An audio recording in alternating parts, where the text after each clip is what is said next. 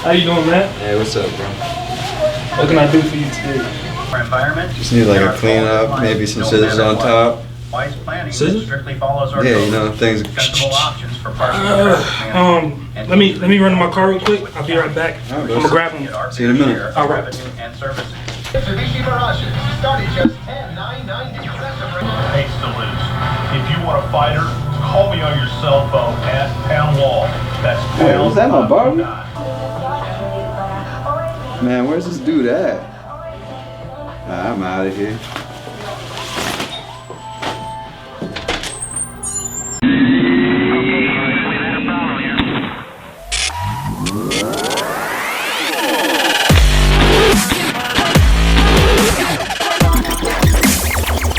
Yeah, that's good.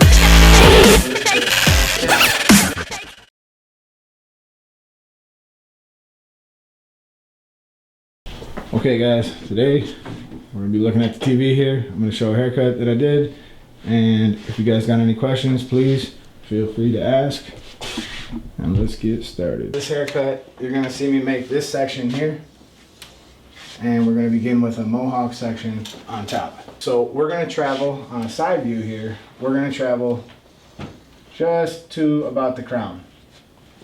This is going to be section A.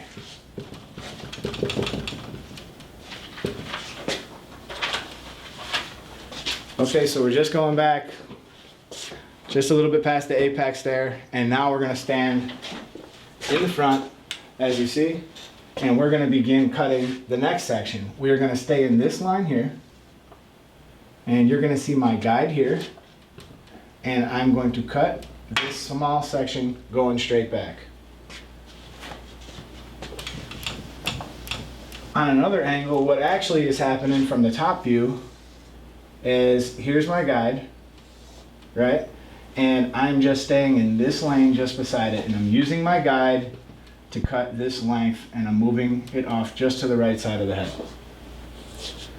And I'm going to continue going back just as far as I did when I put my guide on. Look at this side view here, and you're going to see that I'm not making a big amount of movement here. I'm moving back in increments that are less than a ½ inch so that I get all the hair. If you take sections that are too big, you're going to cut giant lines into the hair, and when you cross-check it, you're going to see those big lines, and you're going to have more than you should to cross-check when you cut. You're going to have more than you should to cut. Okay, so now I'm doing the same thing off of this side, which is basically just expanding this guide. I'm going to travel down the rest of the back, or from the front to the back. I'm going to travel in just this lane, and I'm using this guide, and I'm now expanding it so that the guide is now twice the size that it was when I first started. And little by little, if you don't work too far from your guide just yet, you're going to create a large stationary guideline on the top of your head. Now this is important that it mimics the same shape as the scalp. So each time that you hold your fingers up, they need to be reflective of the shape that you see on the scalp, especially when you start to go down to the sides. So here I'm just transferring my length out a little bit further now. I'm beginning to work in this area. And I'm going to travel that lane all the way down until I get to the back again. This is so simple. It's a stationary guideline. But on the other hand, there is also a traveling guideline involved too. Because once I take this first cut off of my stationary guideline, as long as I don't direct it too far back, if you actually look behind, I have two guidelines. One's traveling and one's stationary. It's incredibly easy for you to be accurate. Okay? Because a lot of people do cut hair with just a traveling guideline on top. But what this makes it so much easier because you have both. You have a stationary and you have a traveling guideline. So as I work my way around this crown section, I'm cutting a mannequin, so I'm not that concerned about it right now, but most people have a lot of collets in the crown section. In a lot of cases, you'll want to leave that area a little bit longer than what you actually see me doing in this video. So as I finish up this crown section, I'm going to call this entire section, Section A, is essentially complete. And we'll say that it runs from basically about here to here. So Section A is now complete. and I'm going to begin working on section B, which is the hair that runs just below the parietal ridge. Of course, if I took a comb and I laid it flat on the head, it would be around where the comb leaves the head. Okay? It doesn't have to be perfect, but your section B is going to be encompassing this area. Again, reflecting the same shape as the scalp, and simply taking my guideline from the top and traveling down the sides with it. Wet and dry sometimes as you start to cut, some of it's going to dry and some of it's going to get wet. What happens when hair gets dry? It shrinks. Yeah, it shrinks. So if your hair is, some of it's wet and some of it's dry, it's going to be all over the place in length. So make sure that it's either uniformly dry or uniformly wet.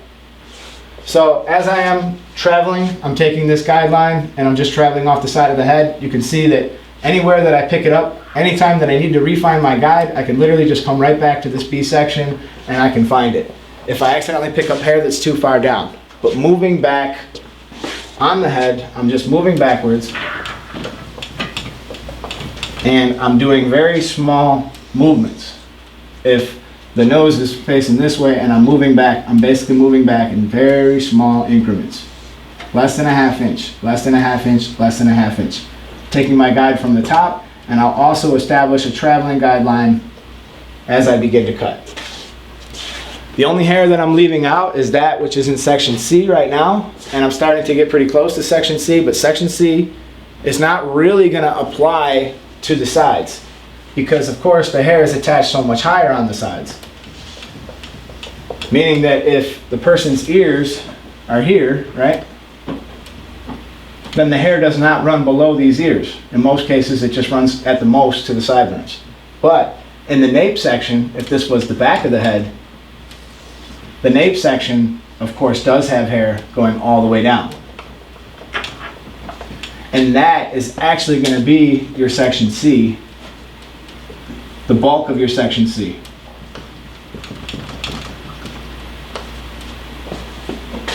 So I'm just going to finish up, coming around the edges of the hair. I'm transferring my guide over from B, and I'm going to begin working straight across. Now I'm working across horizontally, just like that, little by little. So when my first trip across, I'm really only concentrated on this area. My second trip across, I drop down a little bit lower. My third trip across, I'm almost at the bottom. And then of course the very last trip across, you have to be careful because in the back of the nape section, okay, 90 degrees is not directing it out to here. We need to make sure that we are directing it straight out from where it grows. And at any time, if you are unclear about that, you can simply take a comb or an object and place it on the scalp and see right where it directs out to. So just finishing up this last section, everything's starting to clean up. If you don't see any guide, just don't cut. Go up a little bit higher, find it if you need to.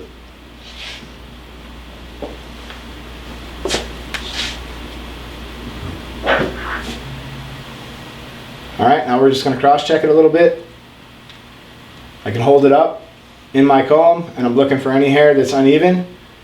And I can do this all around the head, but I can also use some scissors over comb or some shear point tapering that you see here. It's just a texturizing technique to reduce some weight from the subsection and help it to blend together in some of those areas that you might not find it to be the evenest. But in this case, it was pretty even all the way around. But of course you can use this technique to help make adjustments too. But we're just going to remove some bulk. I just wanted to show a texturizing technique. And I'm going to show you a good way to check it. Get your fingers in there all the way at the roots. I could just check my sides. It's not uncommon for you to have one side that might be a little bit longer, but it should be pretty close. That feels really good. Another with a mannequin. And you can feel it. And we can also tip this upside down because it's a mannequin and you can see that it's a pretty uniform cut all the way around. And that's pretty much all there is to this one. All right, you guys got any questions? So A, B, and C. Yes. It's about as easy as we can make it. With A, B, and C, we can literally just simply take the guide from the top, bring it down, just 2 times. Okay. A up to here, right? Yep. Like, And don't get too concerned about the whole ABC thing. It's just a way that makes it a little bit easier to describe it. It's okay if you feel like your A section stretches down a little bit too far, or your B section, but mainly your C section is just kind of in the nape, because that's where the bulk of it's going to be. Because as you can see, even on my head, my hair stops around my ears, and on the back of the head. Obviously, if I had long hair, I would have plenty to cut still in the nape section. So, does everybody feel like they can confidently do this haircut? I think you guys are good, so let's go and get this haircut done. Everybody grab a mannequin. Let's get started on it. Everybody doing all right? You all know what we're doing?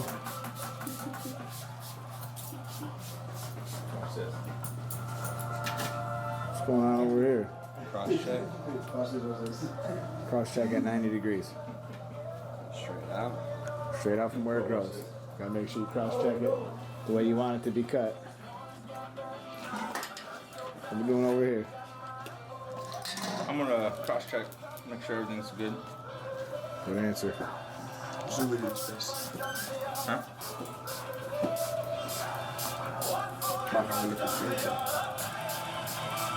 Looks like everybody's getting it pretty good. Okay, everybody seems to be getting this pretty good. We went through it a few more times. We practiced it, and we practiced it, and we practiced it. Look, you don't get good at doing these kind of things without practicing them, so you have to do it. And I want you to feel comfortable and calm and relaxed when you're confronted with these haircuts, because the more that you learn and the more that you practice, the more confidence you can feel and the better service you can bring to the client, for real. So I know it's going to be hard at first. Keep practicing. Keep your head up. Don't fear the shear. Learn what you need to learn so that you can be comfortable.